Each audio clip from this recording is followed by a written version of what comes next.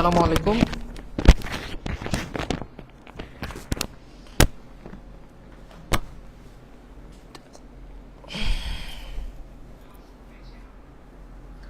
তো কেমন আছো তোমরা? আমার কথা শোনা যাচ্ছে কিনা এবং সবকিছু ঠিক আছে কিনা আমাকে একটু জানিয়ে দিবা। হোপফুলি সবকিছু ঠিক আছে এবং সবকিছু দেখা যাচ্ছে। তো আমরা শুরু করব আমাদের আজকের ক্লাস। আচ্ছা, ভিডিও প্রথমে একটু হচ্ছে দেখা যেতে পারে, বাট কয়েক মিনিটের ভিতরে ভিডিও হচ্ছে একদম ক্লিয়ার হয়ে যাবে। আচ্ছা, ঠিক আছে কিনা আমাকে একটু, সাউন্ড কম, সাউন্ড ঠিক আছে, কিছু দেখা যাচ্ছে। তো আমরা শুরু করব, সাউন্ড ঠিক আছে। সো হোপফুলি সবকিছু ঠিক আছে। সাউন্ড ঠিক আছে কিনা একটু জানো তো, সবকিছু ক্লিয়ার কিনা।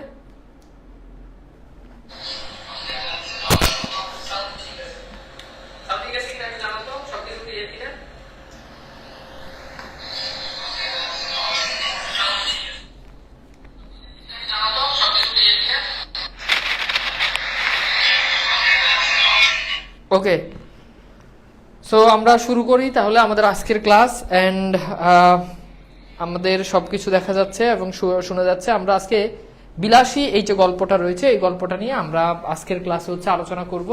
সো ফুলি পুরো আলোচনাটা জুড়ে তোমরা হচ্ছে থাকবো। ফোনটা দাও একটা, কই এটা মনে হয় টেবিলের উপর আছে, দেখো তো।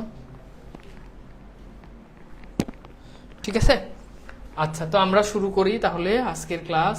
অ্যান্ড আজকে হচ্ছে বিলাসী, এটা আমাদের পড়া হবে। তো আসলে গতকাল তোমাদের ক্লাস নেওয়ার কথা ছিল, কিন্তু আনফরচুনেটলি আমি আসলে গতকালকে ক্লাসটা নিতে পারি নাই, প্রচণ্ড জ্যামের কারণে ক্লাস নিতে পারি না। আজকে অনেক জ্যাম ছিল, আমি ঢুকেই মানে তোমাদের ক্লাস নিছি।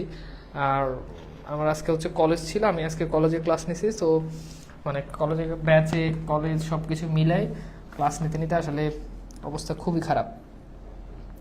ঠিক আছে, আচ্ছা। তো আমরা শুরু করি আমাদের বিলাসী এই গল্পটা। তো বিলাসী গল্পটা আমি প্রত্যেক একদম তোমার লাইন বাই লাইন হচ্ছে আমি পড়ার জন্য চেষ্টা করব, এবং তোমরা লাইন বাই লাইন পড়বা আমার সাথে। হোপফুলি আমরা যদি 2টা ক্লাসের ভিতরে এটা খুব চমৎকারভাবে আমি ইনশাল্লাহ তোমাদেরকে শেষ করিয়ে দিব, কথা দিলাম। ঠিক আছে, তো তোমাদের কাজ হচ্ছে তোমরা একটু মানে ধৈর্য ধরে হচ্ছে তোমরা ক্লাসটা কন্টিনিউ করবা, এটাই তোমাদের কাছে রিকোয়েস্ট। ওকে, তো প্রথমত আসো বিলাসী এই যে গল্পটা রয়েছে, এই গল্পটা মূলত প্রথম প্রকাশিত হয় ভারতী পত্রিকা, বতে বিলাসী বতে ভারতী।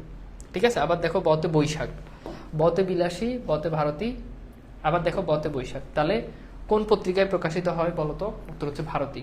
কোন পত্রিকার কোন সংখ্যায়? বৈশাখ সংখ্যায়, মানে কোন সংখ্যা, এটা দ্বারা বোঝায় যে কোন মাসে প্রকাশিত হয়েছে সেইটা।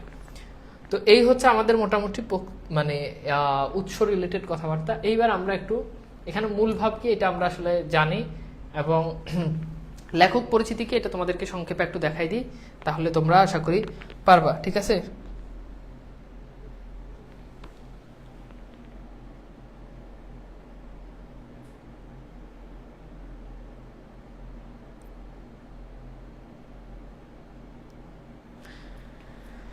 ঠিক আছে। আমি কি শুরু করব ভাইয়া, বলো তো?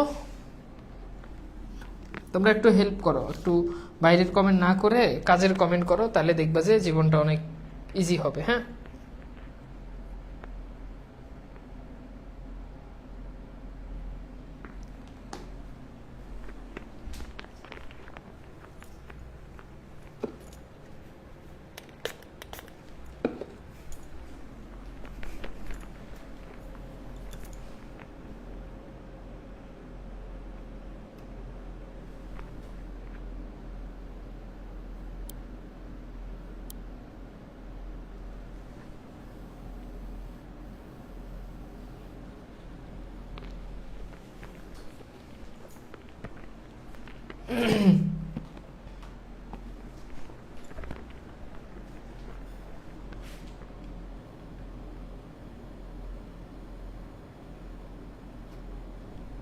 আচ্ছা, লেখক পরিচিতি এটার একটা স্ক্রিনশট নিয়ে নাও।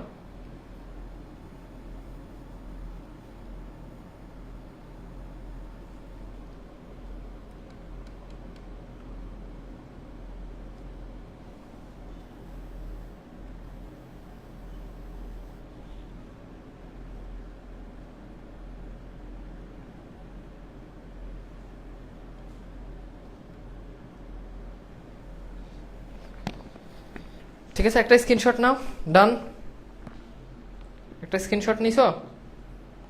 আচ্ছা ফাইন, তো একটা স্ক্রিনশট নিলে এবার আমরা তাহলে শুরু করি। ডান, স্ক্রিনশট নিছো?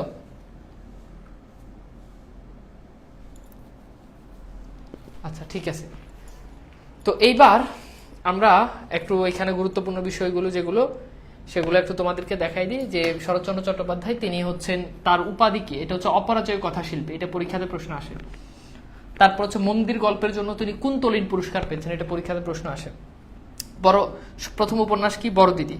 হ্যাঁ, আত্মচরিতমূলক উপন্যাস, মানে আত্মচরিত মানে নিজের সম্পর্কে আর কি, সেটা হচ্ছে কি? শ্রীকান্ত। এগুলো তোমরা পড়লে পারবা। তা আমি এইখান থেকে মূলত আমাদের আলোচনাটা, আজকের আলোচনাটা হচ্ছে শুরু করি, ঠিক আছে? তো এখন ভাইয়া খেয়াল করো, ঘটনাটা কি? ঘটনাটা হচ্ছে মৃত্যুঞ্জয় নামে একটা যুবক ছিল, একটা ছাওয়াল ছিল।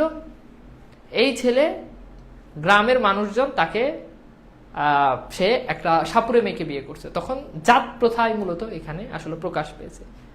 সে ছিল মিত্তির বংশ, মানে মিত্র বংশ। এই মিত্র বংশের ছেলে যখন একটা সাপুরে মেয়েকে বিয়ে করছে, তখন তার খুড়া এই একটা ঘটনা পেয়ে সেটাকে নিয়ে পুরো গ্রাম তোলপাড় করে ফেলছে, এবং গ্রামের মানুষজন তাকে এবং বিলাসী নামক একটা সাপুরে মেয়েকে বিয়ে করছে তাকে তাড়িয়ে দেয়। এবং পরবর্তীতে সেই সাপুরে মেয়েকে বিয়ে করে মৃত্যুঞ্জয় নিজেই সাপুরে হয়ে উঠে। এই হচ্ছে আমাদের ঘটনা, বুঝছো? ঠিক আছে, আচ্ছা।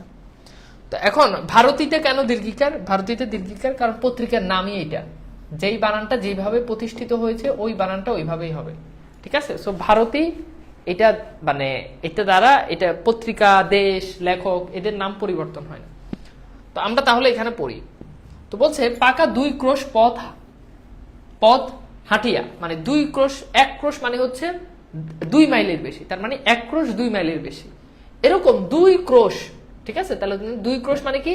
4 মাইলের বেশি, অর্থাৎ 1 ক্রোশ ইকুয়াল 2 মাইলের বেশি। তাহলে খেয়াল করে দেখো, পাকা 2 ক্রোশ পথ হাঁটিয়া বিদ্যা অর্জন করিতে যাই আমি একা নয় 10-12 জন, অর্থাৎ আমি একলা নয়, আমার মতো এরকম 10-12 জন মানুষ, ছেলে পেলে, তারা কি করে? বিদ্যা অর্জন করতে যায়। কিসের জন্য? স্কুলে যায়, মানে অর্থাৎ এই এত মাইলের পর মাইল, প্রায় 4 মাইলের থেকেও বেশি তারা দূর পাড়ি দিয়ে তারা বিদ্যা অর্জন করতে যায়। তার মানে আমরা তখনকার সমাজের যেই বিষয়বস্তু, তখনকার সমাজে যে স্কুল কলেজ খুব বেশি আহামরি ছিল না, এইটাই আমরা এখানে দেখি। যাহাদের বাটি মানে হচ্ছে গ্রামে বাড়ি, যাহাদের বাটি পল্লী গ্রামে, তাহাদের ছেলে মেয়েদের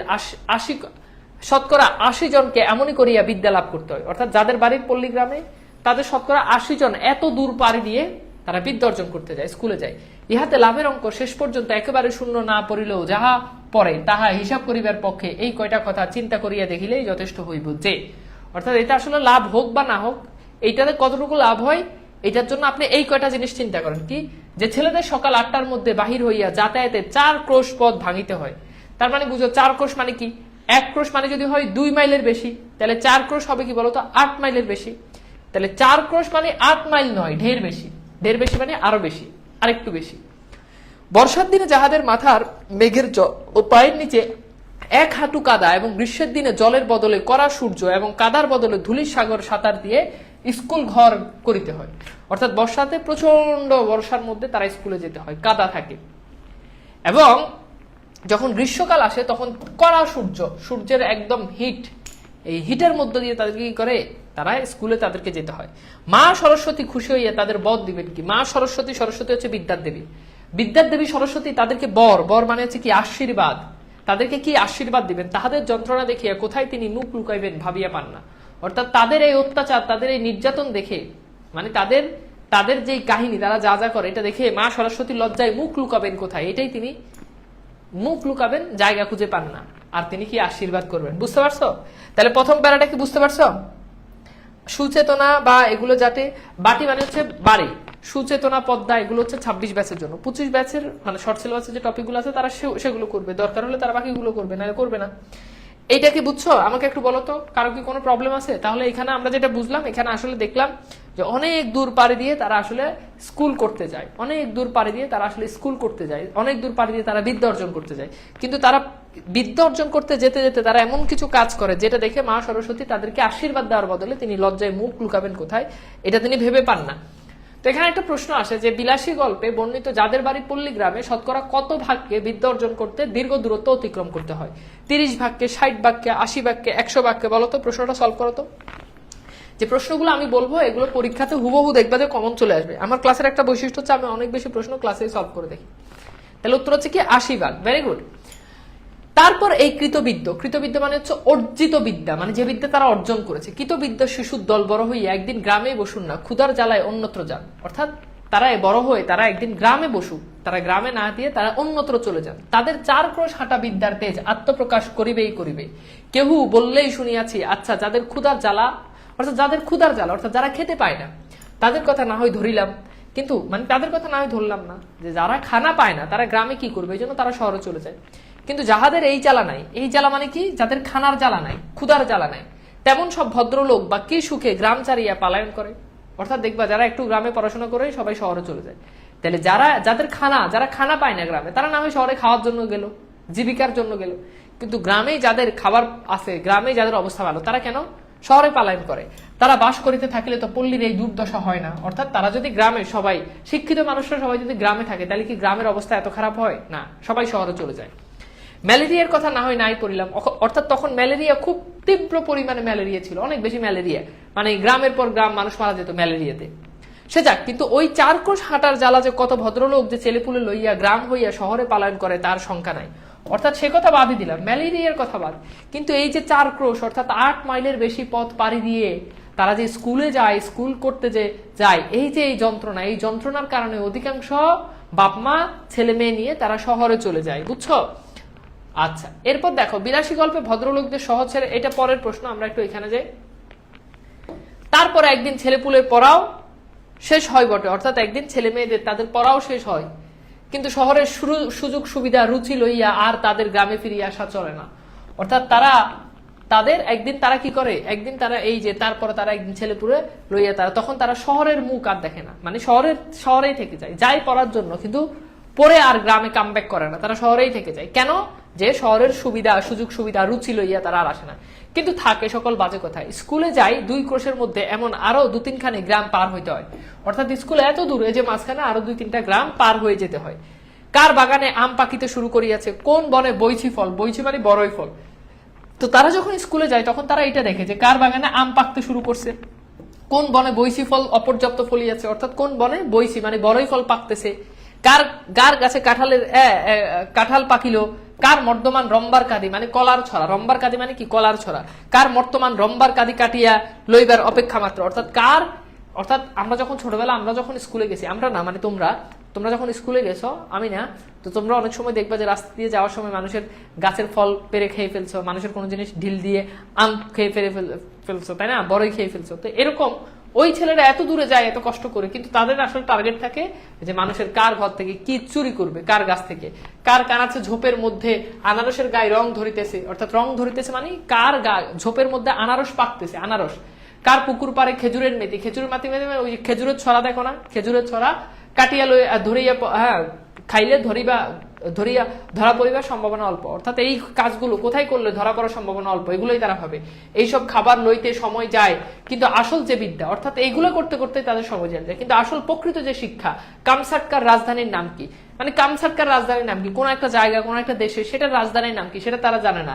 সাইবেরিয়ার খনির মধ্যে রূপা মেলে নাকি সোনা মিলে, এ সকল দরকারি তথ্য অবগত হইবার ফুরসতি মেলে না। অর্থাৎ এই যে কোন দেশের রাজধানী কি, কোন খনির মধ্যে সোনা নাকি রূপা পায়, এইসব দরকারি যে ইনফরমেশন, সাধারণ যে নলেজ, এগুলো তারা জানার, এগুলো তাদের কি হয় না, ফুরসতি হয় না, অর্থাৎ এগুলো তাদের সুযোগই হয় না বা সময়ই হয় না বা অবসর তাদের আর মেলে না। তো এখানে দেখো কামসাটকা প্রকৃত উচ্চারণ কি, কামসাটকা রাশিয়ার অন্তর্গত সাইবেরিয়ার উত্তর পূর্ব অঞ্চলের একটি উপদ্বীপ, এটির রাজধানী এটা দেওয়া আছে আর কি, কামসাটকা মূলত এটার রাজধানীর কথা দেওয়া আছে। বুঝছো? এবার বলো তো বুঝছো কিনা,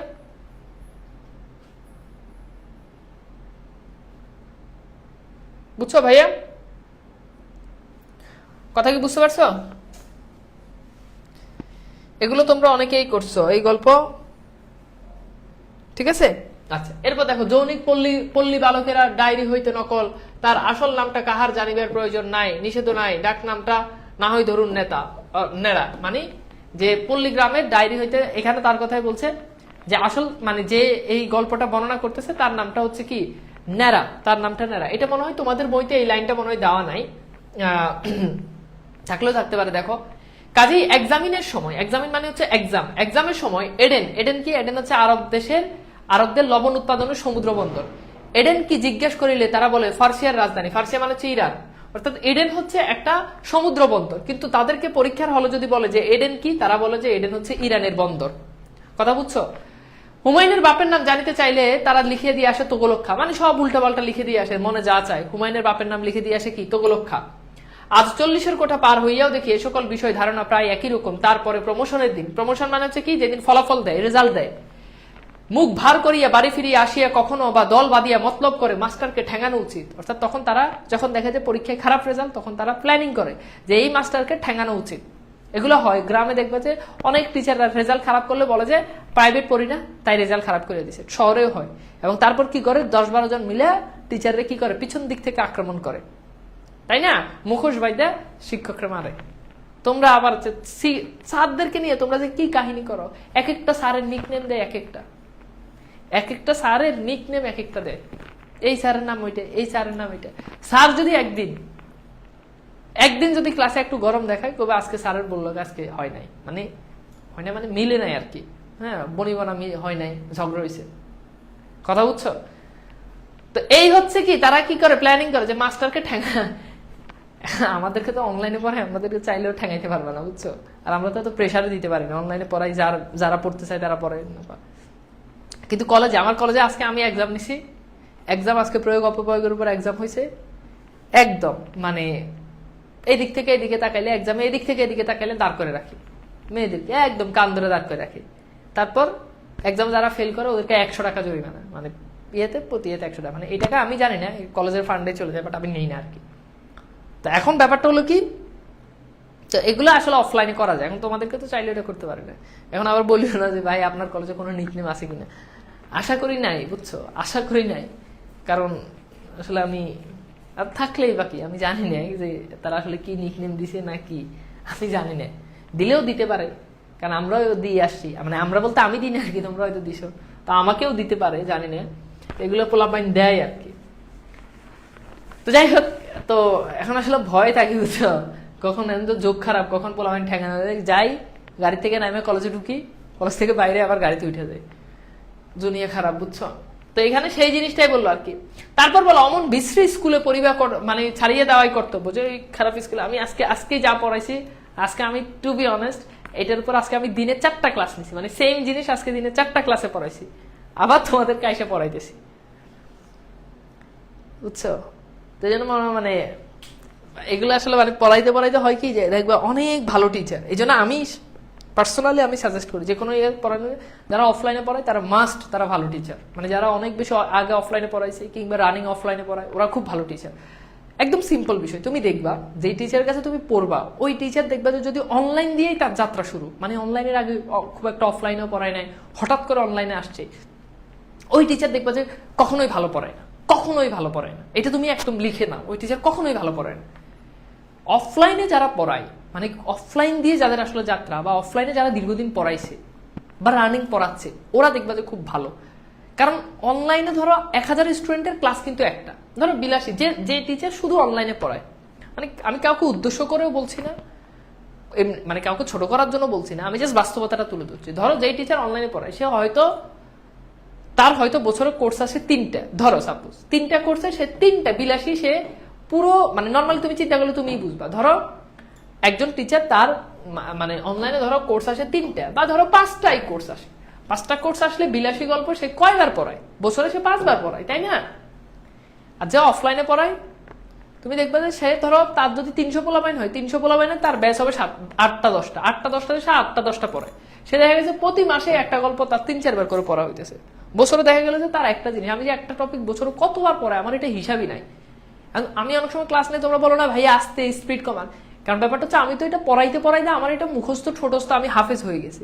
আমি চাইলেও মনে করে গিয়ে কি একটা জিনিস তোমাকে আস্তে আস্তে, এখন আমি যদি মানে আমি তো একটা উদাহরণ দেওয়ার পর আরেকটা উদাহরণ আমার ভাবা লাগে না, অটোমেটিক আমার মনে করো যে কলমের আগে কোন জায়গাতে একটা গল্প পড়াইতে গেলে কোন জায়গাতে কোন উদাহরণটা দিলে তুমি বুঝবা, এটা আমার আগ থেকেই পড়াইতে সব মাথায় সেট। এখন আমি যদি না পড়ে যাবো, আমার যদি ওই অভিজ্ঞতাটা যদি না থাকতো, তাহলে দেখতে আমি আস্তে আস্তে পড়ে একটা উদাহরণ দিয়ে আবার মাথায় চিন্তা করতাম, এর পরের উদাহরণটা কি দেওয়া যায়, ওই উদাহরণ দিয়ে আবার চিন্তা করতাম যে এর পরের উদাহরণ কি দেওয়া যায়।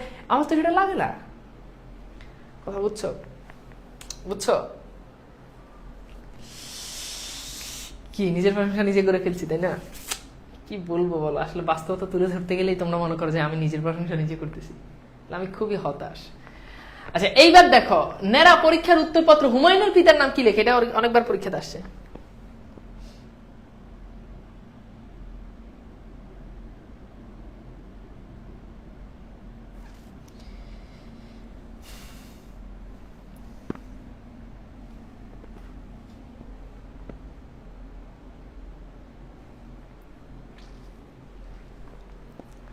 আমাদের কোর্সগুলো কেউ কেউ যদি নিজের ভুল বুঝতে পারো যে ভাই আপনার কোর্স ইলিগালি করছি, টেলিগ্রাম থেকে করছি এই সেই, তাহলে সেটা ভুল বুঝতে পারার পর ক্ষমা, আমার জায়গা থেকে আমার কোনো দাবি নেই, যাতে পরবর্তীতে এই কাজটা আবার না করলে হয়। এবং লিগেল ওয়েতে টাকা দিয়ে কিনে কোর্স করার তোমাদের প্রতি অনুরোধ রইল। এটা নিয়ে আমি অনেকবার কথা বলছি, এটা অনিয়ম, এটা উচিত না। আচ্ছা তাহলে এটা কি হবে বলতো? এটা হচ্ছে তোগলক্ষা। হ্যাঁ, এটা আমরা পড়ে আসছি। আমাদের গ্রামে একটি ছেলের সঙ্গে মাঝে মধ্যে স্কুলের পথে দেখা হইতো।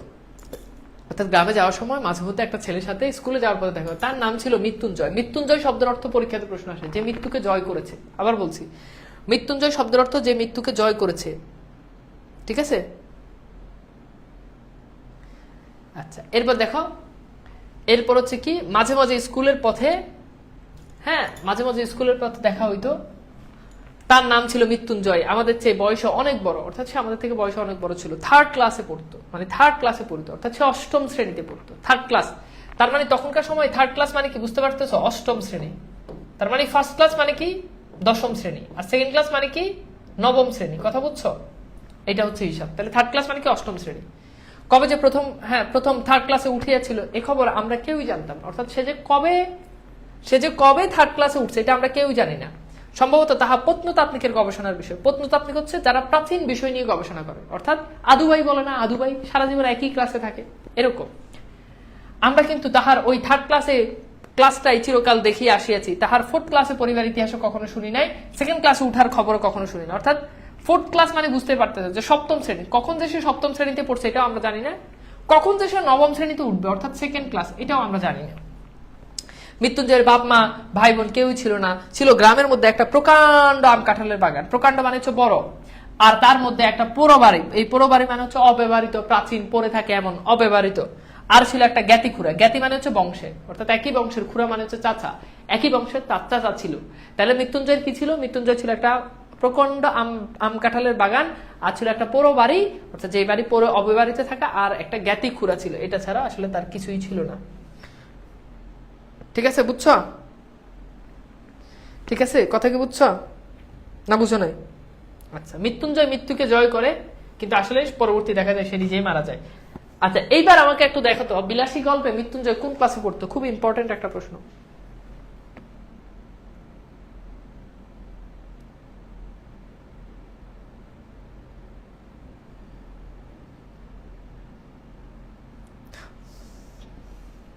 তাহলে ফোর্থ ক্লাস মানে কি বুঝছো? ফোর্থ ক্লাস হিসাব করে দেখো, ফার্স্ট ক্লাস মানে দশম, আর সেকেন্ড ক্লাস মানে নবম, থার্ড ক্লাস মানে অষ্টম, তাই না? ফোর্থ ক্লাস মানে কি? সপ্তম। হিসাব করে ওইভাবে। আচ্ছা তাহলে ওটার উত্তর কি হবে বলতো? উত্তর হচ্ছে কি? Third class. ওকে। এরপর দেখো, খুড়ার কাজ ছিল ভাইপোর নানাবিধ দুর্নাম। ভাইপো মানে কি? ভাইয়ের ছেলে, ভাতিজা। এই খুড়ার কাজই হচ্ছে ভাইয়ের ছেলের নানাবিধ দুর্নাম রটনা করা, অর্থাৎ দুর্নাম গাওয়া। সে গাঁজা খায়, গুলি খায়। গুলি হচ্ছে এক ধরনের নেশা জাতীয় বস্তু। বলতো সে গাঁজা খায়। দেখবা যে তোমাদের নামে কিছু হইলে কিছু মানুষ আছে যে দুনিয়ার সব আজে বাজে কথা এরকম সে বলতে থাকে। এমন আরো কত কি। তার আরেকটা কাজ ছিল বলিয়া বেড়ানো। ওই বাগানের অর্ধেকটা তার নিজের অংশ নালিশ করিয়া দখল করবার অপেক্ষা মাত্র। ওই যে মৃত্যুঞ্জয় যে বাগানটা ছিল সেই বাগানের একটা অংশ তার। অবশ্য দখল একদিন তিনি পাইয়াছিলেন বটে, কিন্তু জেলা আদালতের নালিশে নয়। মানে আদালতের হুকুমে তিনি ওই বাগানের দখল পেয়েছেন, ব্যাপারটা এরকম না। উপরের আদালতের হুকুমে। উপরের আদালত হচ্ছে মানে এখানে বোঝানো হচ্ছে অন্যভাবে বলতে মানে প্রকৃতির নিয়মে তিনি পেয়েছেন। কিভাবে সেটা আমরা পরে দেখবো, যে আসলে উপরের আদালতে তিনি কিভাবে ওইটা পেয়েছেন। গ্রামের এক প্রান্তে কার বাগান ছিল? এগুলো খুবই কমন প্রশ্ন, তোমরা জানো। জ্ঞাতি বলতে বংশীয়, জ্ঞাতি শব্দের অর্থ হচ্ছে বংশীয়, বুঝছো, মানে বংশীয় বা আত্মীয় আর কি, এরকম টাইপের অর্থ দেয়। জ্ঞাতি খুড়া মানে হচ্ছে চাচা, ঠিক আছে, ওকে। আচ্ছা, এইবার আসো, এরপর আমরা কি কার ছিল বলতো, মৃত্যুঞ্জয় ছিল। আচ্ছা, মৃত্যুঞ্জয় নিজে রাঁধিয়ে খাইতো। আমের দিনে সে মানে সে নিজে রান্না করতো, এবং যখন আমের দিন আসতো আমের বাগানটা জমা দিয়ে তাহার সারা বছরের খাওয়া পড়া চলিত এবং ভালো করিয়া চলিত। অর্থাৎ ওই যে আম বাগানটা সে ইজারা দিত। ইজারা মানে বুঝো, ধরো আমার আম বাগান আপনার জন্য, আপনার কাছে 2 বছরের জন্য বা 1 বছরের জন্য দিলাম, যা আম আসবে সেটা আপনার, আপনি বিনিময়ে আমাকে এই টাকা দিবেন। তো এটা দিয়ে তার সারা বছর খাওয়া পড়া ঠিকভাবে চলতো। যেদিন দেখা হইয়াছে সেদিনই দেখিলাম মৃত্যুঞ্জয় ছেঁড়া খোরা মলিন বইগুলো বগলে করিয়া পথের একধার দিয়ে নীরবে চলিয়াছে। তাহাকে কখনো কারো সহিত যাচিয়া কথা বলতে দেখি নাই। অর্থাৎ যাচিয়া মানে হচ্ছে নিজ থেকে। মৃত্যুঞ্জয় কখনো নিজ থেকে কারোর সঙ্গে কথা বলতো না, বরঞ্চ উপযাচক হইয়া, উপযাচক মানে হচ্ছে নিজ ইচ্ছা, উপযাচক হইয়া কথা কইতাম আমরাই। তাহার প্রধান কারণ ছিল এই যে, অর্থাৎ যেই কারণে তার সাথে আমরা কথা বলতাম, দোকানের খাবার কিনিয়া খাওয়াইতে গ্রামের মধ্যে তাহার জোড়া ছিল না। অর্থাৎ দোকানের খাবার সে যে কিনে খাওয়াইবে এটার জন্য গ্রামে তার সুনাম ছিল, সেটাই বলছে। আর ছেলেরাই, শুধু ছেলেরাই না, অর্থাৎ ছেলেরাই যে তার থেকে খাইতো এটা না, কত ছেলের বাপ কতভাবে গোপনে ছেলেকে দিয়ে তাহার স্কুলের মাহিনা মানে হচ্ছে বেতন হারাইয়া গেছে, বই চুরি হয়ে গেছে ইত্যাদি বলিয়া টাকা আদায় করিয়া লইত। শুধু ছেলেরা আদায় করতো না, ছেলের বাপও ছেলেকে শিখিয়ে দিত, যা মৃত্যুঞ্জয়কে গিয়ে বল যে বই নিতে হবে, বাবার কাছে টাকা নাই, টাকা দেন, আমাকে কিছু হেল্প করেন। এভাবে মৃত্যুঞ্জয় থেকে টাকা নিত। মানে মৃত্যুঞ্জয় এরকম মানুষকে বিশ্বাস করতো এবং প্রচুর পরিমাণে দান খয়রাত করতো আমার মতো, বুঝছো। তাহা বলিতে পারি না, কিন্তু ঋণ স্বীকার করা তো দূরের কথা, ছেলে তাহার সহিত একটা কথা কইয়াছে এ কথাও কোনো বাপ ভদ্র সমাজে কবুল করতে চাইতো না। গ্রামের মধ্যে মৃত্যুঞ্জয় ছিল এমনই সুনাম। অনেকদিন মৃত্যুঞ্জয় সহিত দেখা হয় না, অর্থাৎ অনেকদিন মৃত্যুঞ্জয়ের সাথে দেখা না। একদিন শোনা গেল মৃত্যুঞ্জয় মরমর, মানে সে মারা যাচ্ছে এরকম। আরেকদিন শোনা গেল মালোপাড়ার এক বুড়ো, মালো মানে হচ্ছে যারা সাপ ধরে, ওজা। তো এই মালোপাড়া মানে হচ্ছে সাপুরেরা যেখানে বসবাস করে, বুঝছো। তো বলছে মালোপাড়ার এক বুড়ো তাহার চিকিৎসা করিয়া তাহার মেয়ে বিলাসী সেবা করিয়া মৃত্যুঞ্জয়কে জমের মুখ হইতে, জমের মুখ বলতে বোঝানো হচ্ছে যে মানুষের জম কবজ করে, জান কবজ করে, এই জমের মুখ হইতে এই যাত্রা ফিরাইয়া আনিয়াছে। অনেকদিন তাহার সঙ্গে মিষ্টান্নের সদ্যই করিয়াছি, মনটা কেমন করিতে লাগলো। একদিন সন্ধ্যায় অন্ধকারে লুকিয়ে তার বাড়িতে গেলাম, তাহার পোড়া বাড়িতে প্রাচীরের বালাই নাই। বালাই নাই মানে হচ্ছে তার যে বাড়ি ছিল ওই বাড়িতে কোনো দেওয়াল নাই। স্বাচ্ছন্দ্যে ভিতরে ঢুকে গেলাম, অর্থাৎ কোনো বাধা ছাড়াই ভিতরে ঢুকে গেলাম। ঘরের দরজা খোলা, বেশ উজ্জ্বল একটি প্রদীপ জ্বলতেছে। তার ঠিক সম্মুখেই তক্তপোষ মানে হচ্ছে ওই যে তক্তার, কাঠের তক্তার যেই চকিগুলো থাকে এরকম তক্তপোষের উপর পরিষ্কার দবদবে বিছানায় মৃত্যুঞ্জয় শুইয়া আছে। তাহার কঙ্কালসার দেহের প্রতি, কঙ্কালসার দেহ মানে হচ্ছে একেবারে কঙ্কাল ছাড়া শরীরে কোনো মাংস নাই, দেহের প্রতি চাহিয়াই বুঝিতে পারা যায় বাস্তবিক যমরাজ চেষ্টা ত্রুটি কিছুই করেন না। অর্থাৎ যমরাজ তার জম নেওয়ার জন্য, জীবন নেওয়ার জন্য অনেক চেষ্টা করছে, তবে সে শেষ পর্যন্ত সুবিধা করতে উঠতে পারে নাই, ও কেবল মেয়েটির জোরে। অর্থাৎ ওই মেয়েটির কারণেই যমরাজ আসলে মৃত্যুঞ্জয়কে ছেড়ে দিয়ে চলে গেছে।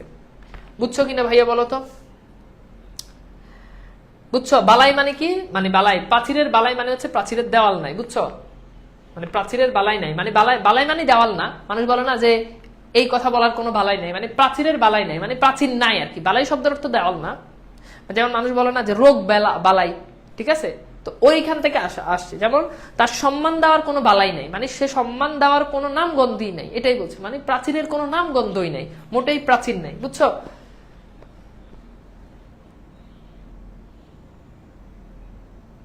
ঠিক আছে, বুঝছো? আচ্ছা, আমরা এরপর দেখি, আমি কিন্তু প্রত্যেকটা লাইন বুঝাচ্ছি। অসুস্থ মৃত্যুঞ্জয়কে দেখতে নেরা কখন তার বাড়িতে যায়, বলতো? অসুস্থ মৃত্যুঞ্জয়কে দেখতে নেরা কখন তার বাড়িতে যায়?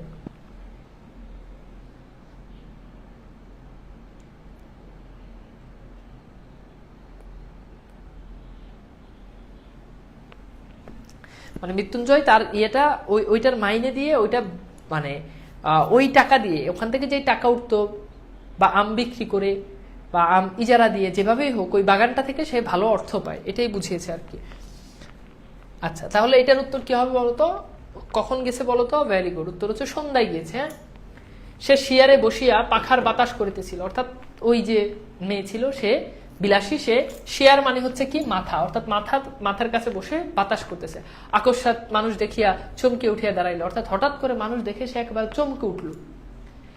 এই সেই বুড়ো সাপুরে মেয়ে বিলাসী, তাহার বয়স 18 কি 28 ঠাহর করিতে পারলাম না। অর্থাৎ এই মেয়েটার বয়স 18 কি 28 এটা আসলে বোঝা যাচ্ছে না। কিছু মানুষের বয়স আছে না, দেখলে বোঝা যায় না, মাঝে মধ্যে দেখে মনে হয় যে খুব মানে তরুণ, আবার দেখে মাঝে মধ্যে মনে হচ্ছে বুড়া, থাকে না, মানে বয়সটা অনুমান করা যায় না, এরকমটাই বলতেছে। কিন্তু মুখের প্রতি চাহিবা মাত্র টের পাইলাম, বয়স যাই হোক, খাটিয়া খাটিয়ে ইহা, রাত জাগিয়া জাগিয়ে ইহার শরীরে আর কিছু নাই। অর্থাৎ এই যে মেয়েটা, তাকে বয়স তার যাই হোক, কিন্তু সে যে খাটে, অনেক পরিশ্রম করে, আর সে যে রাত জাগে, এটা তাকে দেখেই বোঝা গেছে। রাত জাগলে, তোমরা যে সারাদিন রাত জাগো, সকালবেলা বিভিন্ন জায়গায় ব্যাচে ক্লাস নিতে গেলে ছেলে মেয়েদের চোখের দিকে তাকাইলে বুঝি ও রাতে ঘুমায় নাই। তো এই রাত জাগলে চেহারার দিকে তাকাইলে বোঝা যায়। আমি তো আরো জোরে বুঝি, চেহারার দিকে তাকাইলে বুঝি ও রাত জাগে। কথা বুঝছো? এবং রাত জাগে যে কি কি করে ওইটাও আমি দেখলে, চেহারা দেখলে ওটা বুঝি। তো এখানে সেই জিনিসটাই নেরা বললো, শরীরে আর কিছু নেই, ঠিক যেন, অর্থাৎ তাকে যেন মনে হচ্ছে ফুলদানিতে জল দিয়া ভিজাইয়া রাখা বাসি ফুলের মতো। তাকে একটা বাসি ফুলের সাথে তুলনা করতেছে। বাসি ফুলকে যেমন তুমি ফুলদানির মধ্যে জল দিয়ে ভিজাই রাখবা, হাত দিয়ে একটু স্পর্শ করলে, এতটুকু নাড়াচাড়া করলে ঝরিয়ে পড়ে। অর্থাৎ বাসি ফুল দেখবা যে একটু টোকা দিলেই ঝরে পড়ে যায়, ফুলের পাপড়ি। সেটাই বলছে যে এরকম হয়ে গেছে সে, তাকে এতটাই দুর্বল মনে হচ্ছে। ঠিক যেন ফুলদানিতে জল ভিজাইয়া রাখা বাসি ফুলের মতো। উক্তিটির কাজ সম্পর্কে বলা হয়েছে বলো তো?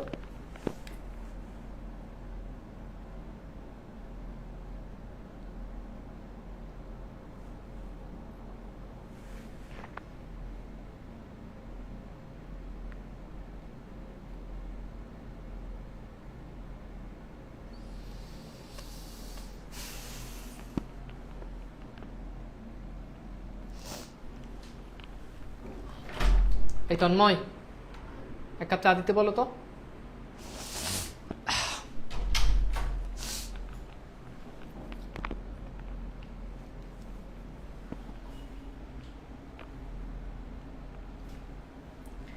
এরপর দেখো, মৃত্যুঞ্জয়কে আমাকে চিনিতে পারিয়া বলিল কে নেরা, মানে মৃত্যুঞ্জয় তাকে একটা চা দিতে বলো, ওই যে মশালা চা যেটা আছে ওটা দিতে বলিল। হ্যাঁ, কি কি চা? চা এতবার বলা লাগে কেন? মৃত্যুঞ্জয় আমাকে চিনিতে পারিল কে নেরা, বলিলাম মৃত্যুঞ্জয় কইল বস। মেয়েটি ঘাড় হেট মানে নিচ করিয়া দাঁড়াইয়া রহিল। মৃত্যুঞ্জয় দুই চারিটা কথা যাহা কহিল তাহার মর্ম এই যে, প্রায় 1.5 মাস চলিল সে শয্যাগত, অর্থাৎ 1.5 মাস হয়েছে সে শুয়ে আছে, মানে শুয়ে থাকে, শুয়া থেকে উঠতে পারে না।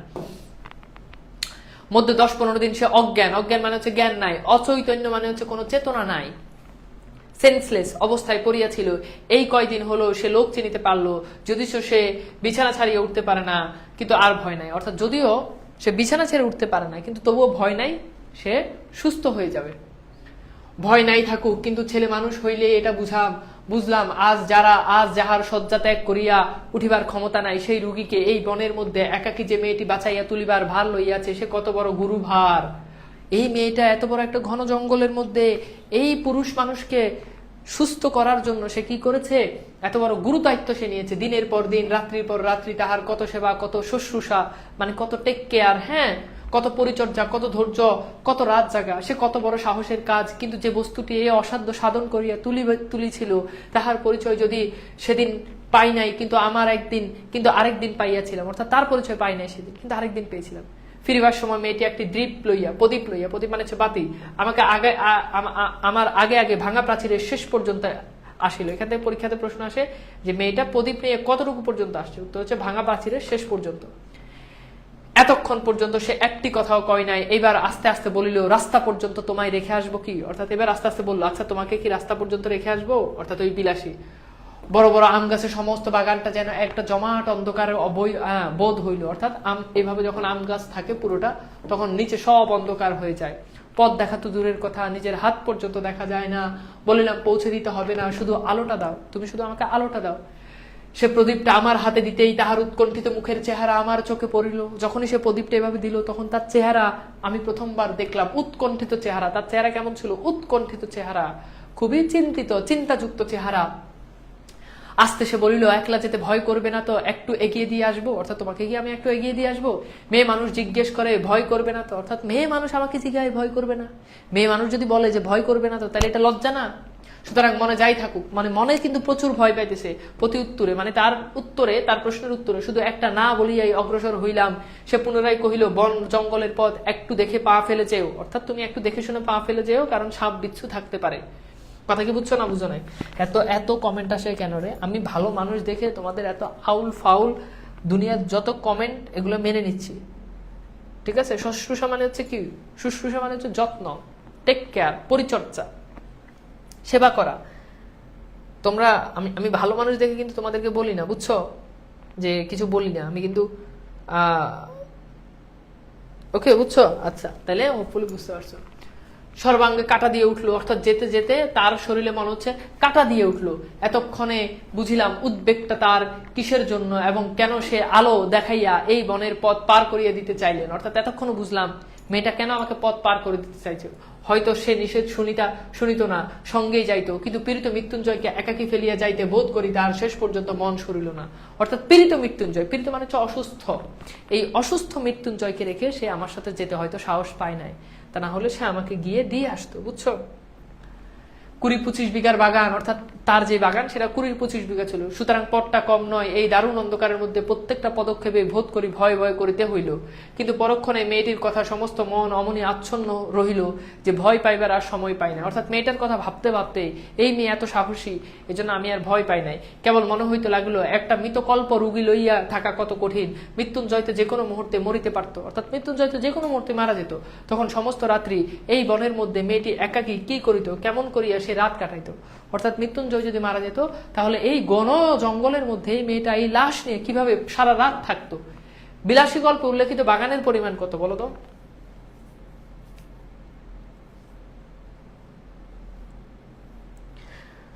প্লিজ বলো তো, বিলাসী গল্পে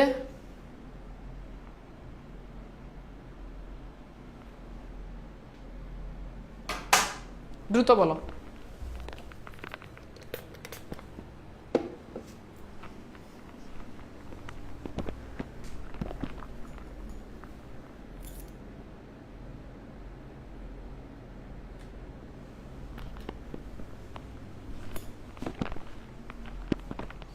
ওকে, বলো বিলাসী গল্পে।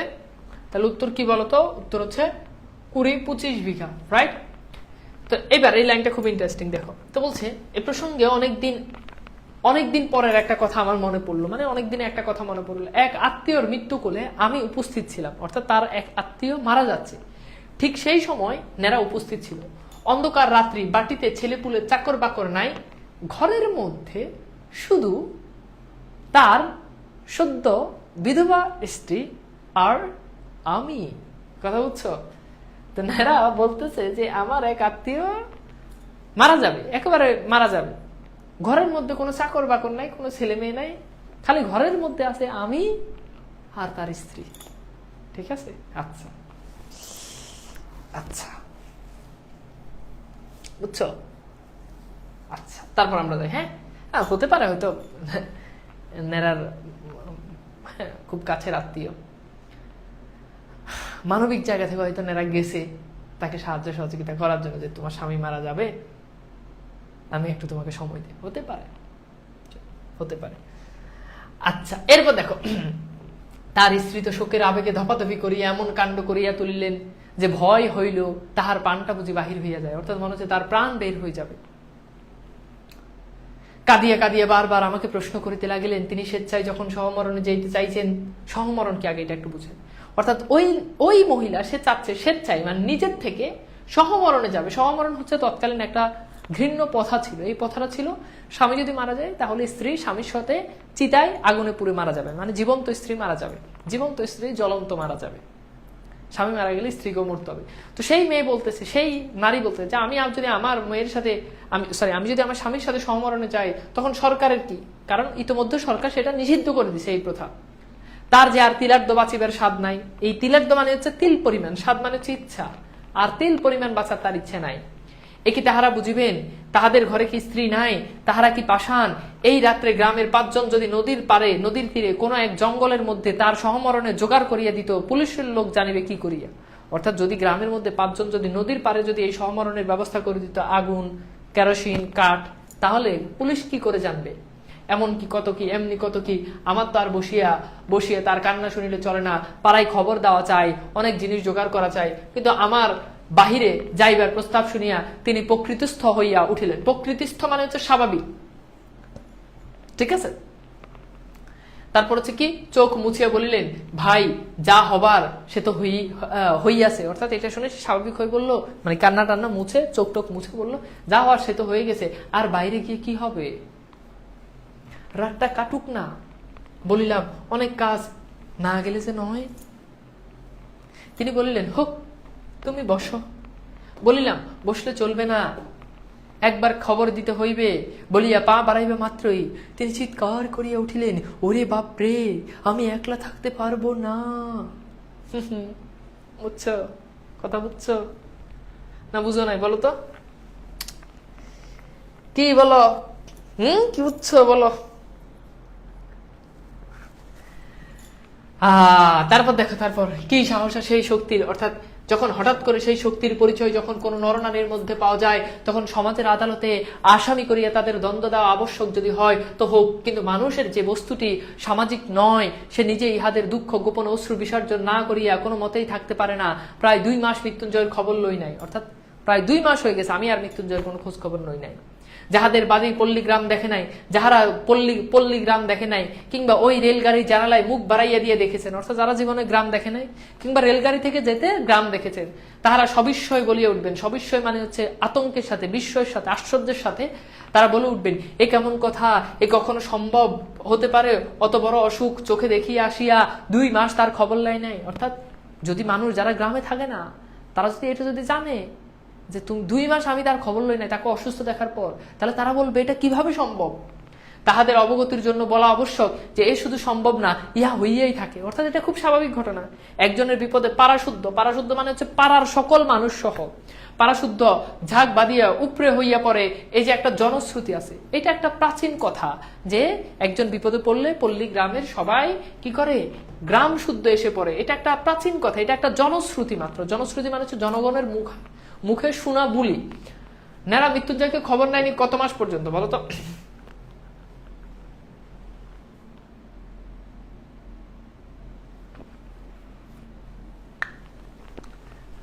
এই তন্ময়, তন্ময় বাংলাবাজ বইটা দাও তো, বাংলাবাজ বইটা দাও। যেখানে একটা লাইনে স্কিপ হয়েছে, হ্যাঁ এটা একটু দেখো।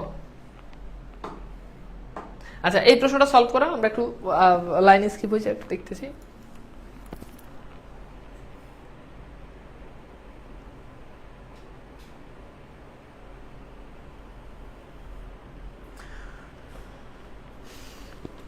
ওকে, সো এটা হচ্ছে একটা বই, এটা হচ্ছে তোমার মানে ইয়ের জন্য বই আর কি, তোমার অ্যাডমিশনের জন্য বই। তো তোমরা যারা অ্যাডমিশনের জন্য পড়তে চাও তারা এটা নিতে পারো, আর একাডেমিকেরটার জন্য আপাতত এটা দেওয়ার দরকার নেই, তোমরা একটু অপেক্ষা করো। হ্যাঁ, তোমরা একটু অপেক্ষা করো। অ্যাডমিশনের বইটা আমি ইনশাল্লাহ 1 মাসের মধ্যে একাডেমিকের বইটা আনার জন্য চেষ্টা করতেছি, বাকিটা দেখা যাক।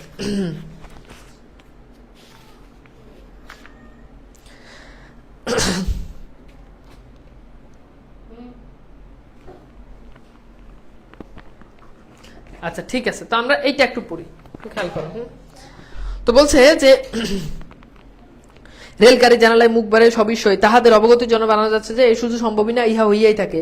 একজনের গ্রামে একজনের বিপদে পাড়া শুদ্ধ ঝাঁক বাঁধিয়া উপর হইয়া পড়ে, এই যে একটা জনশ্রুতি আছে, হ্যাঁ আছে জানি, তা সত্য যোগে, অর্থাৎ এইটা একটা জনশ্রুতি আছে, তা সত্য যোগে পল্লী গ্রামে ছিল কিনা, কিন্তু একালে তো কোথাও দেখিয়াছি বলে মনে করতে পারেন। অর্থাৎ এই যে একজন বিপদে পড়লে পুরো গ্রামের সবাই চলে আসে, এটা পল্লী যোগে ছিল, সত্য যোগে ছিল। সত্য যোগ মানে বুঝো, হিন্দু পুরাণে 4টা যোগ আছে, তার ভিতরে প্রথম যোগ সত্য যোগ। এই সত্য যোগে অনিয়ম উশৃঙ্খল, হ্যাঁ এগুলো খুব কম হতো, বুঝছো। সত্য যোগে অনেক ভালো যোগ ছিল, সেটা বুঝেছে, যেটা সত্য যোগে ছিল, একালে এগুলো আর নাই। তবে তাহার মরার খবর যখন পাই নাই তখন সে বাঁচে আছে ঠিকই। অর্থাৎ যেহেতু তার মরার খবর পাই নাই, তার মানে সে বেঁচে আছে। যেহেতু তার মরার খবর পাই নাই, সে বেঁচে আছে, বুঝছো, এটা হচ্ছে বিষয়। আচ্ছা, তো এইটা গেল। এরপর এই প্রশ্নের উত্তর কি হবে বলো তো? এই প্রশ্নের উত্তর হচ্ছে 2 মাস। আচ্ছা, এরপর দেখো, ঠিক আছে, বুঝছো।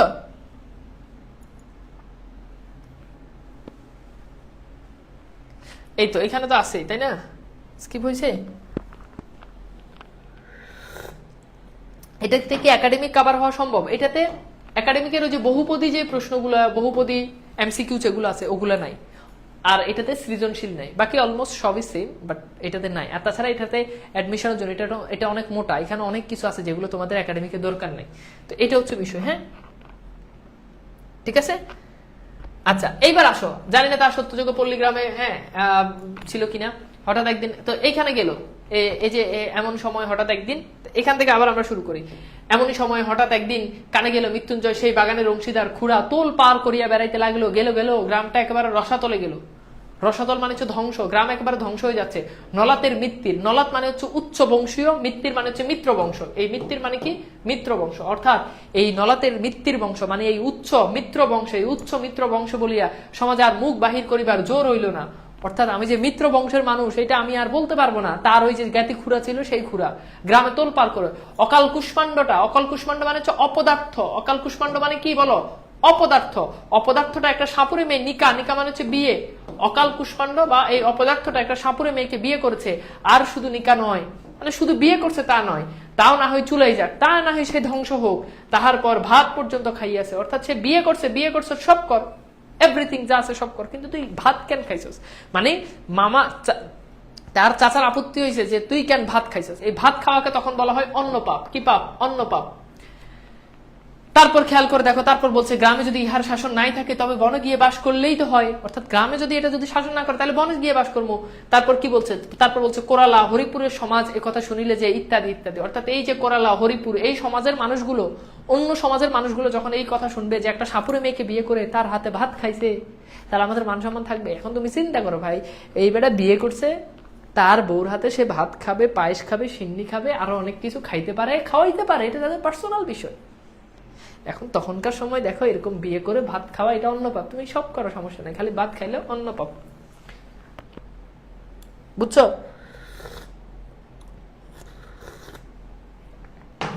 হিন্দু পুরাণে 4টা যুগ, তার ভিতরে প্রথম যুগ সত্যযুগ। সত্যযুগে মানে সাধারণত সত্যযুগটা ছিল অন্যায় কম ছিল, এই জন্য বলছে সত্যযুগ। বুঝছো? মানে সত্যযুগে এটা ছিল যে একজনের বিপদে পড়লে আরেকজন এগিয়ে আসে বা পারাশুদ্ধ মানুষ এগিয়ে আসে। তাহলে সত্যযুগ শব্দের অর্থ কি? মানে সত্যযুগ বলতে কি বুঝায়? যে প্রশ্ন অলরেডি চলে আসে। বুঝছো? তাহলে সব করা যাবে, কিন্তু করা যাবে না কি? ভাত খাওয়া। সব খাও, কি খাওয়া যাবে না? ভাত। সব খাইতে পারবে, কিন্তু খাইতে পারবে না ভাত। এটা হচ্ছে কি চাচার এক দফা এক দাবি।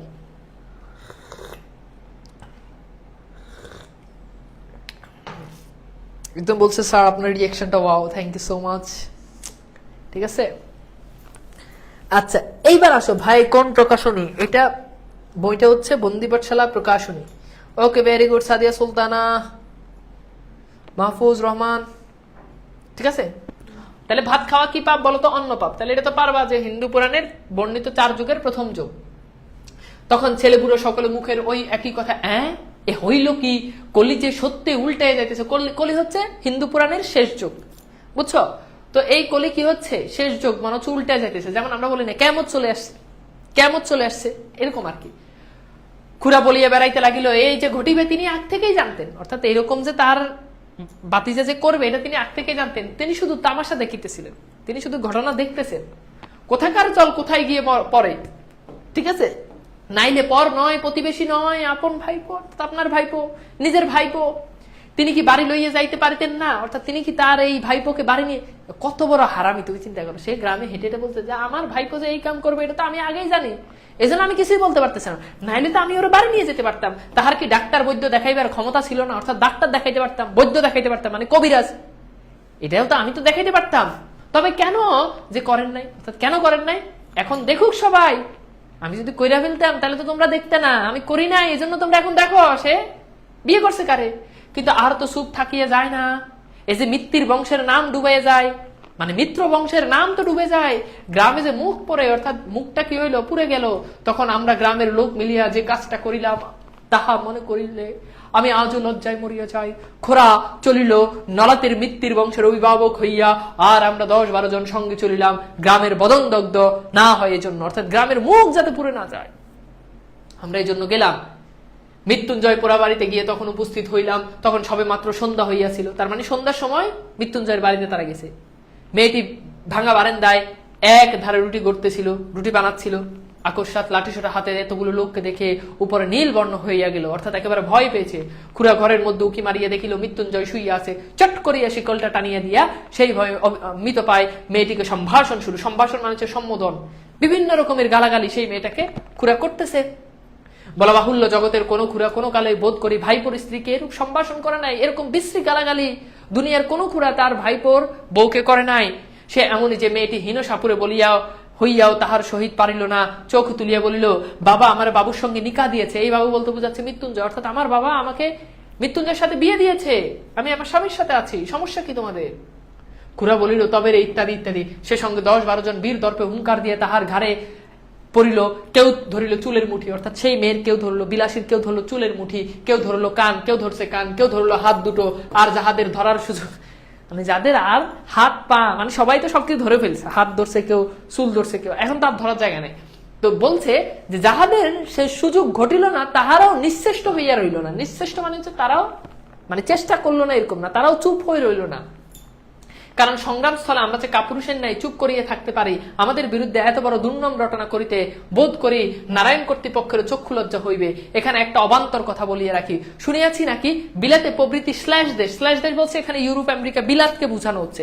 পুরুষদের মধ্যে একটা কুসংস্কার আছে, স্ত্রীলোক দুর্বল এবং নিরুপায় বলিয়া তাহাদের গায়ে হাত তুলিতে নাই। এ আবার কি কথা? সনাতন হিন্দু এ কুসংস্কার মানে না, অর্থাৎ এটা সনাতন হিন্দু এটা একটু টিটকারি করে বলছে যে সনাতন হিন্দুরা মনে করে এই কুসংস্কার তারা মানে না, তারা হাত তুলতে পারে, সমস্যা নাই। আমরা বলি যাহাদের গায়ে জোর নাই তাহার গায়ে হাত তুলিতে পারা যায়, সে নর হোক নারী হোক যাই হোক, অর্থাৎ নর নারী যাই হোক তার গায়ে আসলে হাত তোলা যায়। এইটা একটু সলভ করো।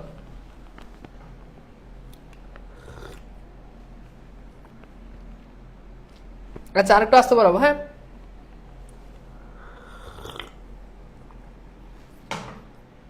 আচ্ছা আমি আসতে পারছি, খুব ভালো করে খেয়াল করো। তাহলে এটা কি হবে বলো তো? এটা হচ্ছে 10-12 জন। আচ্ছা এবার দেখো, এরপর খেয়াল করো। এরপর বলছি মেয়েটি প্রথমে সে একবার আর্তনাদ করিয়া উঠিয়াছিল, এবার পরে হ্যাঁ, অর্থাৎ মেয়েটি প্রথমে চিৎকার করে উঠছিল। এই পার্টটা কিন্তু খুব ইমোশনাল, তোমাকে এখন খুব টাচ করবে। তারপর একেবারে চুপ করিয়া গেল। কিন্তু আমরা যখন তাহাকে গ্রামের বাহির করিয়া রাখিয়া আসার জন্য হিসরাইয়া লইয়া চলিলাম, তাকে যখন টেনে হিসড়ে যখন বের করে নিয়ে যাচ্ছি, তখন সে মিনতি করিয়া বলিতে লাগলো, মিনতি মানে হচ্ছে অনুরোধ, অনুরোধ করে সে বলতে লাগলো, বাবুরা আমাকে একটি বার ছেড়ে দাও, তোমরা আমাকে একবার ছেড়ে দাও, আমি রুটিগুলো ঘরে দিয়ে আসি, অর্থাৎ আমি এই রুটিগুলো আমার ঘরে রেখে আসি, বাইরে শিয়াল কুকুর খেয়ে যাবে, অর্থাৎ রুটিগুলো শিয়াল কুকুরে বাইরে খেয়ে ফেলবে, রোগা মানুষ সমস্ত রাত না খেয়ে পড়ে থাকবে, অর্থাৎ এই যে রোগা মানুষ সে তো সারা রাত না খেয়ে থাকবে, তোমরা আমাকে একবার ছেড়ে দাও, আমরা রুটিগুলো তাকে দিয়ে আসি। তাহলে এই যে স্বামীর প্রতি যে ভালোবাসা, দায়িত্বশীল, সেটা আমরা এই বিলাসীর মধ্যে, তাকে টেনে ইস্টে বের করে নিয়ে যাচ্ছে। অন্য 8-10 জন নারী হলে এটা কিন্তু খেয়াল রাখতো না, কিন্তু সে বারবার বলেছে যে আমাকে ছেড়ে দাও, একটা বার ছেড়ে দাও, আমি রুটিগুলো বাইরে গিয়ে রেখে আসি, নাইলে এই রোগা মানুষ সারাটা রাত না খেয়ে থাকবে। এরকম বিলাসী আমরা প্রত্যেক ছেলে কি ডিজার্ভ করি, কিন্তু আসলে আমরা কি বাস্তবে বিলাসী পাই বলো? না, বাস্তবে পাই কি মিনা খান, রিনা খান, বুঝছো, ঘসিটি বেগম, এই হচ্ছে আমাদের জীবন। তো এরকম আমাদের ভাগ্যের ব্যাপার। কিসের ব্যাপার বলো তো? আমাদের ভাগ্যের ব্যাপার। তা আসলে পাই কজন বলো?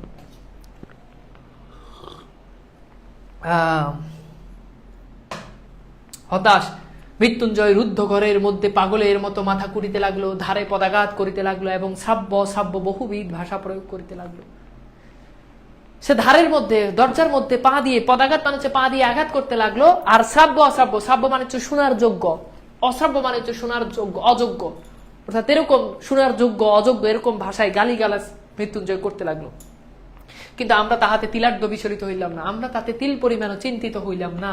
স্বদেশের মঙ্গলের জন্য সমস্ত অকাতরে সহ্য করিতেই থাকে, অর্থাৎ স্বদেশের জন্য আমরা এই কষ্টটা আমরা কি করব, আমরা সহ্য করে যাব, সুতরাং আমাদের কোনো সমস্যা নাই। আমি আসলে ক্লাস নিতে পারবো না, বুঝছো, যেই জিনিস যেভাবে আজকে ইমোশনাল হয়ে গেলাম এই মেয়ের ক্যারেক্টার দেখে। আমি তো মনে করো আজকে তোমাদেরকে পড়ায় ঘুমাইলে আমি এখন এটা দেখবো যে এরকম একটা মেয়ে এসে, হ্যাঁ, মৃত্যুঞ্জয়ের জায়গায় আমি নিজেকে কল্পনা করা শুরু করব। সিম্পল, বুঝছো? রোগা মানুষটা হচ্ছে ওই যে রোগা, এখানে রোগা মানুষ বলতে বোঝানো হচ্ছে ওই যে মৃত্যুঞ্জয়কে আর কি। সে তো অসুস্থ, তাকে বুঝেছি, বুঝছো? ঠিক আছে,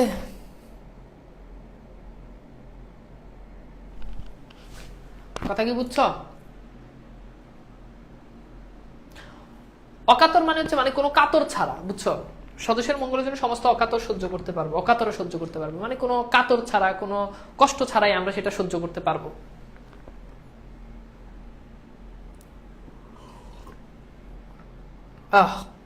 ঠিক আছে,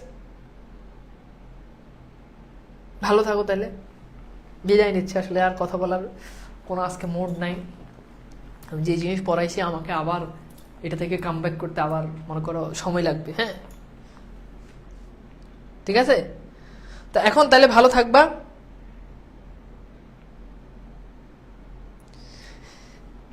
দিনে একই জিনিস 4 বার পড়াই, এখন ক্লাসে আবার কিভাবে ইমোশনাল হই, তাই না? সব ক্লাসে এই ভান ধরি যে আমি অনেক ইমোশনাল হয়ে গেছি, আসলে হুদেই, বুঝছো?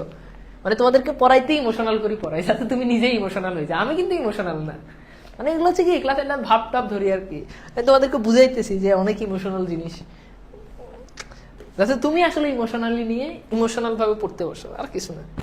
কথা হচ্ছে মাঝে মধ্যে ব্যাচগুলোতে বলি যে আমি এই জিনিসটা খালি তোমাদেরকেই পড়াই, অন্য কোনো ব্যাচে এত সুন্দর করে পড়াই না। তো পোলাবাইন আগের ব্যাচে পোলাবাইন ক্লাস করলে বলো যে ভাই আপনার তো সেম কথা আমাদের ব্যাচও আগের ব্যাচে বলছে, তাই আমি বলছি যে আগের ব্যাচে তুই আবার এই ব্যাচে আসছিস কেন ক্লাস করতে? বলতে ভাই দেখছি, মানে একজন আবার বলছে আমি নিশ্চিত হওয়ার জন্য দেখছি যে আসলেই আপনি এই কথা আমাদের ব্যাচে বলছেন, এখন পরের ব্যাচে বলছেন। বলছে ভাই পরের ব্যাচে কি বলবেন? আমি বলছি আমি অবশ্যই তোমাদের ব্যাচ থেকে এই ব্যাচে হ্যাঁ চেষ্টা করছি ভালো পড়ানোর জন্য, এই জন্য বলছি তোমাদের ব্যাচে যেভাবে পড়াইছি, যা পড়াইছি আগের ব্যাচগুলোতে এগুলো পড়াই নাই, তোমাদের ব্যাচে এই ব্যাচে আমি 1 লাইন বেশি পড়াইছি। ঠিক আছে, একটা উদাহরণ হইলেও বেশি দিছি, তুমি হিসাব মিলেই দেখো, নাহলে কিন্তু বলি না। ঠিক আছে, গাড়ি কিনছি, তোমাদের ভালোবাসা দোয়া, অনেকে গাড়ির কথা বলছো ক্লাসে ঢোকার পর, তো সেটা বিষয় না। বিষয়টা হচ্ছে আসলে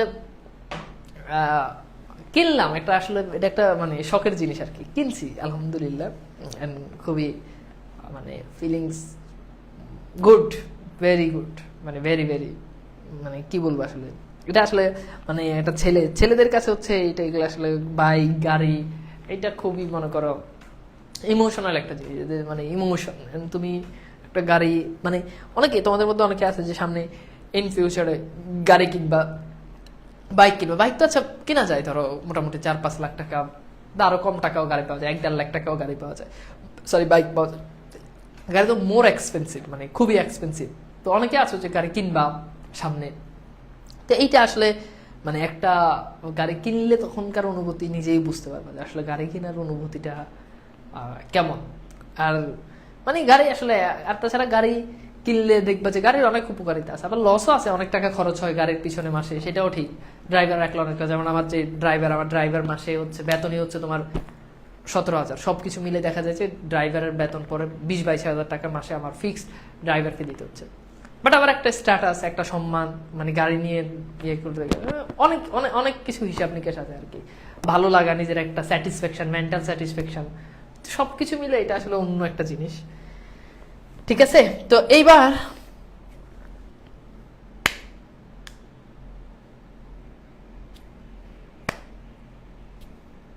ঠিক আছে তাহলে ভালো থাকো, হ্যাঁ বিদায় নিচ্ছি, আল্লাহ হাফেজ।